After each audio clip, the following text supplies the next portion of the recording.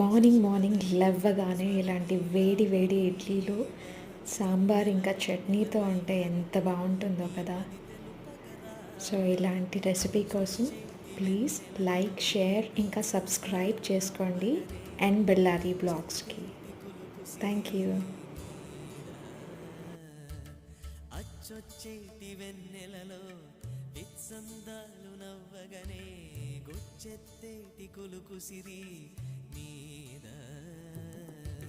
నవమదన నవమదన కలపకు కన్నుల మాట శ్వేతాశ్వముల వాహనుడా విడువకు మురిసిన